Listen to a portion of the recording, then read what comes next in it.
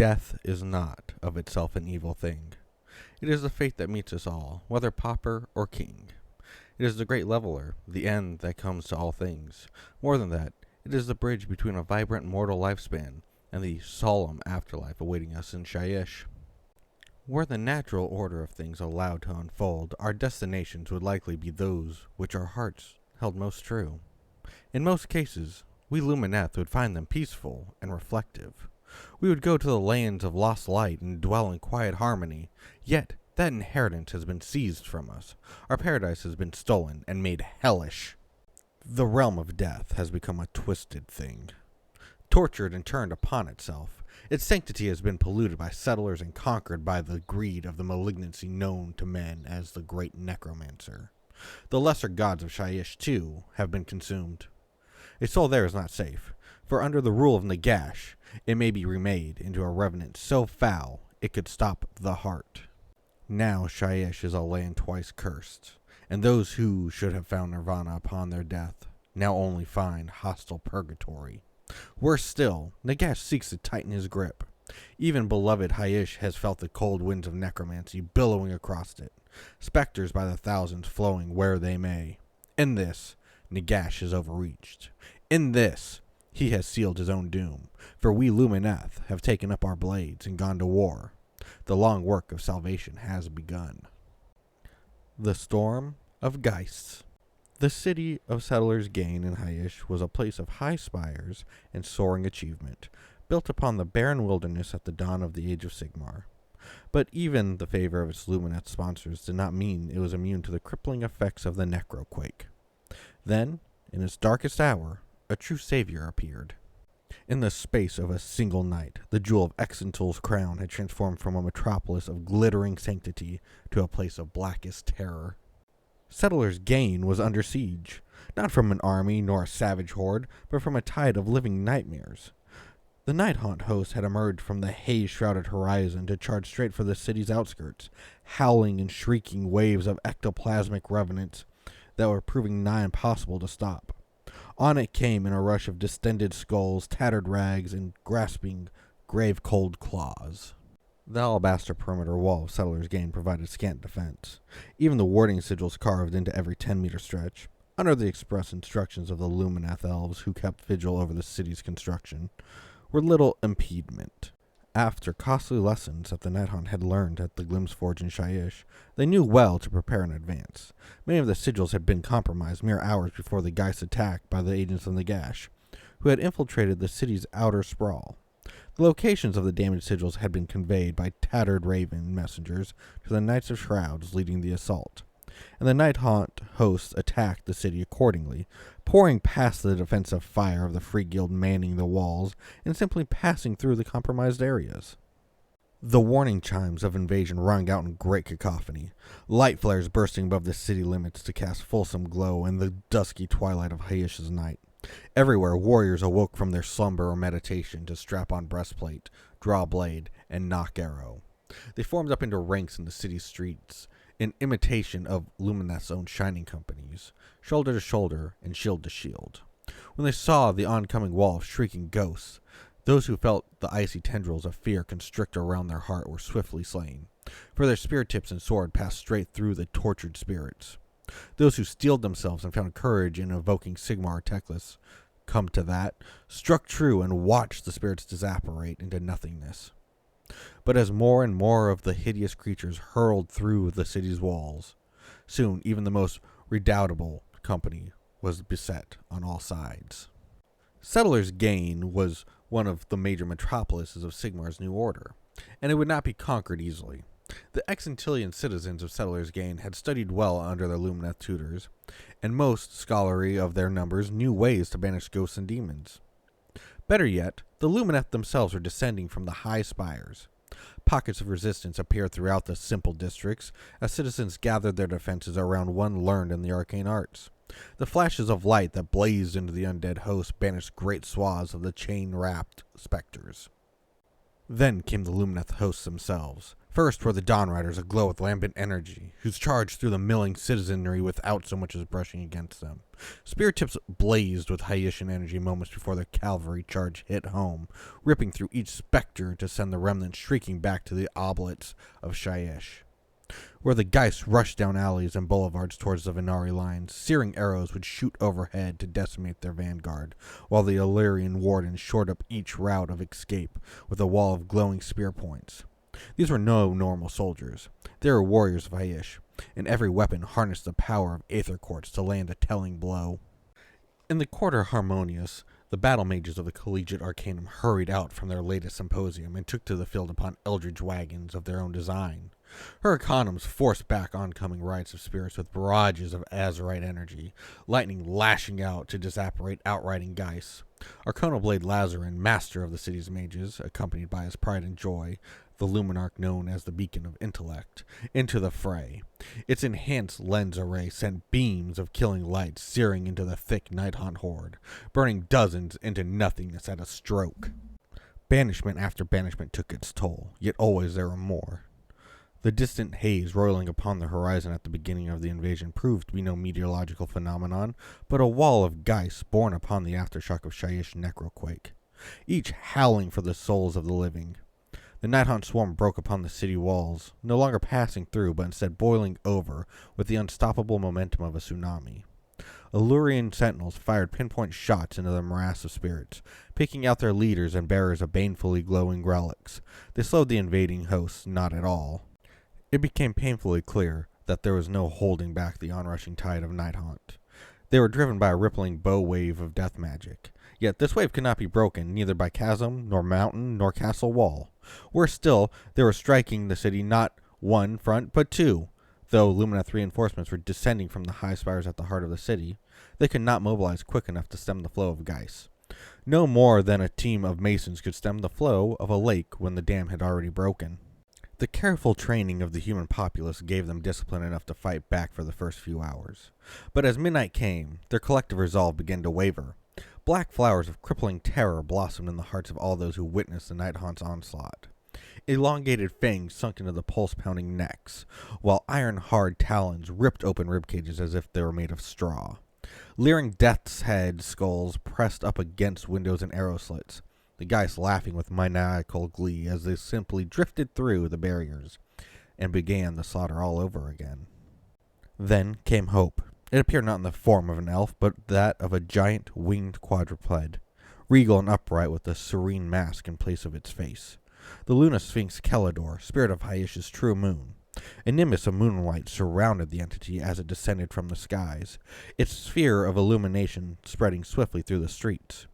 Where its lambent energies touched one of the undead invaders, the Geist was pushed back, seared and discorporeated like rags cast into a gale.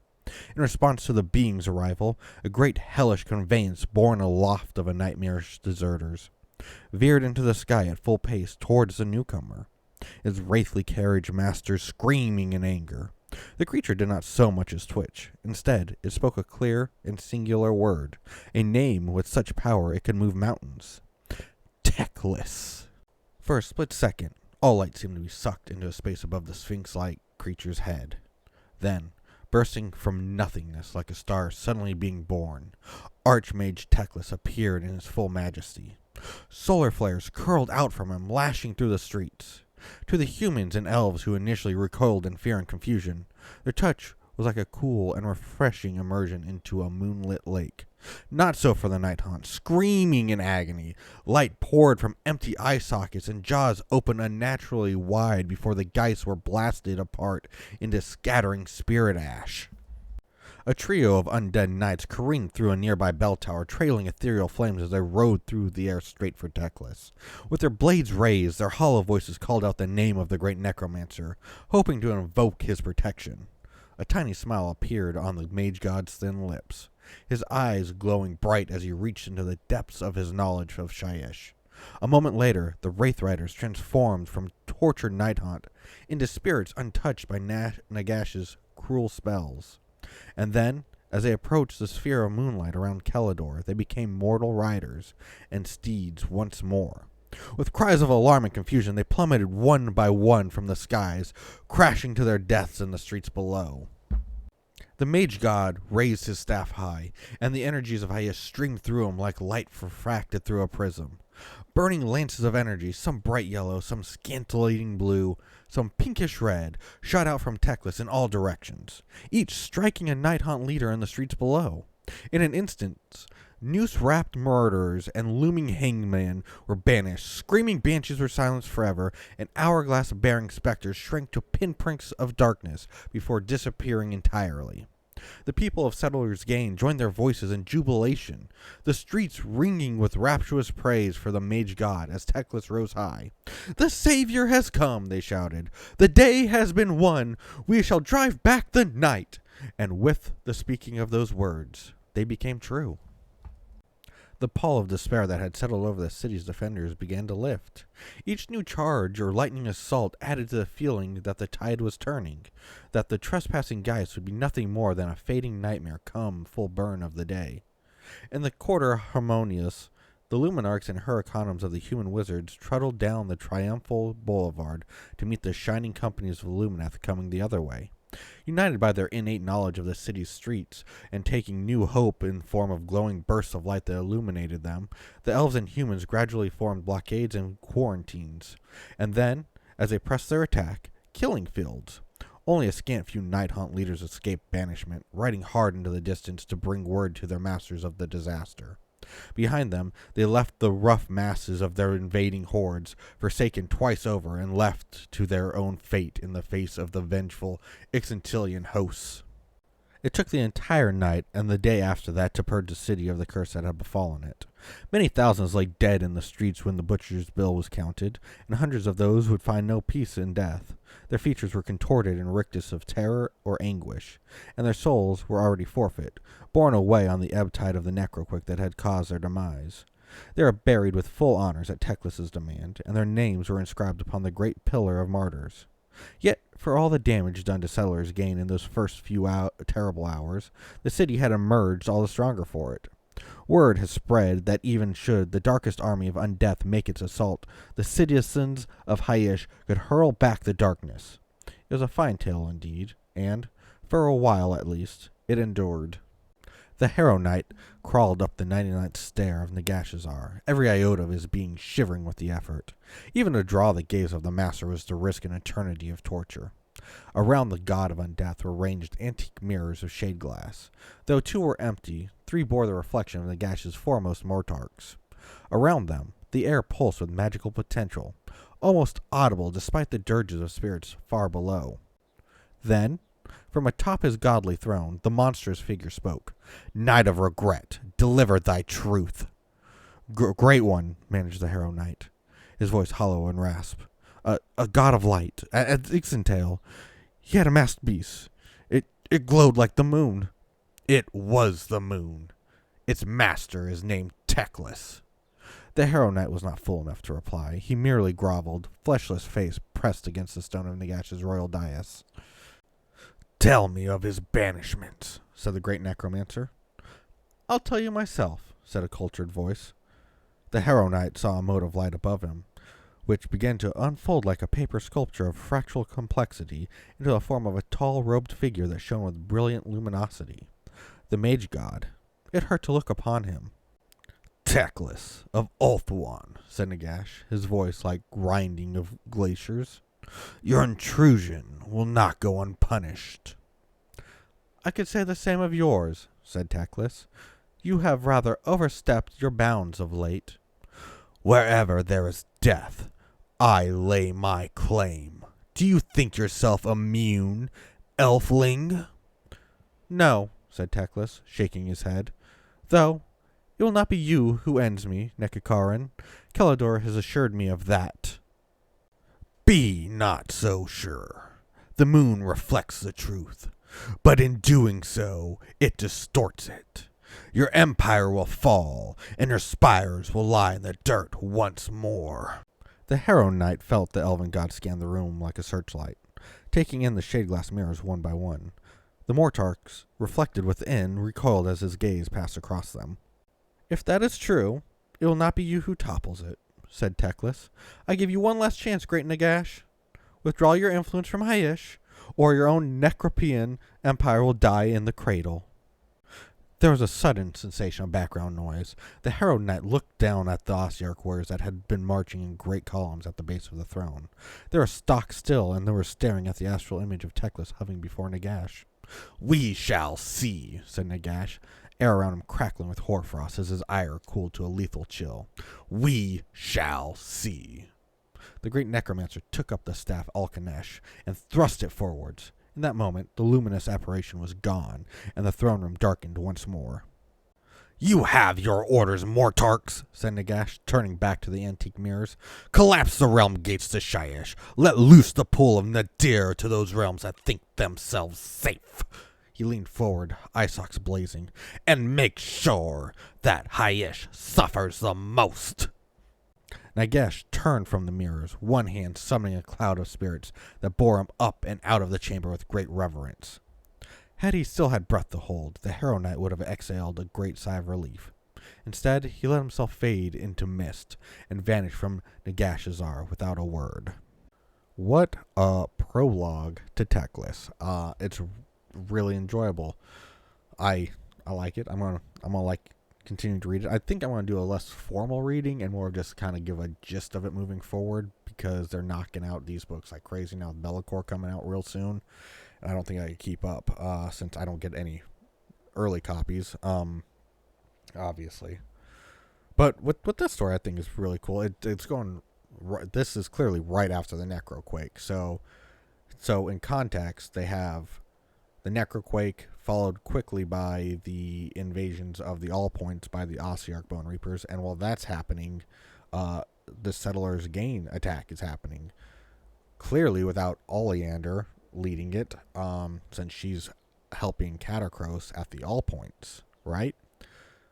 So, I saw people saying, they had leaders, obviously, like the minor leaders, but they didn't have any of the main named character leaders taking out Settlers' Gain, like some people are trying to say it's an organized thing, but to me, reading it as we read it, sounds more like it was just an effect of the Necroquake, that they just happened to have a whole bunch of Night Hunt and minor leaders attacking Settlers' Gain, which very well could have been part of Nagash's plan, or Nagash kind of knew what the effects on the realms, what effects the realms would feel, and had leaders sent there in place ready to help guide the newly created Night Hunt. Because it doesn't sound like they were sent there. It sounds like the Necroquake created these Night Hunt, as we know the Necroquake did, at least throughout Shyish. Now we're seeing that it's happening in all the other realms too.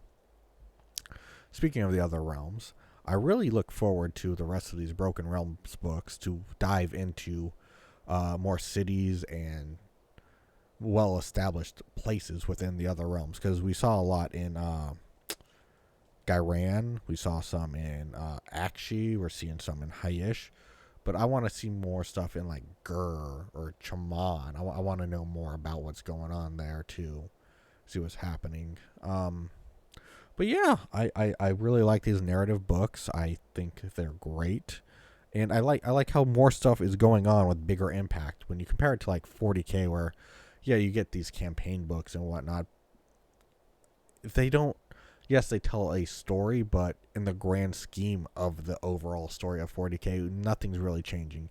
If we look at like Cadia broke in 40K, and like that was the defense for the Eye of Terror. It broke, it shattered, it's gone. But it's still kind of the same. There's fighting over onesies and twosies of planets instead of like this galactic scale battle that we're seeing on a story level. Like you don't have these big movers and shakers stories like we do in Age of Sigmar, which I really love. I love seeing a narrative and a world change with the story and the gameplay change with the story. I think it gives you more of a connection and more of a buy-in to the stories when you do something like that. But yeah, that's all I gotta say. This is my longest video I've made. I hope you enjoyed, and I hope you have a great rest of your day.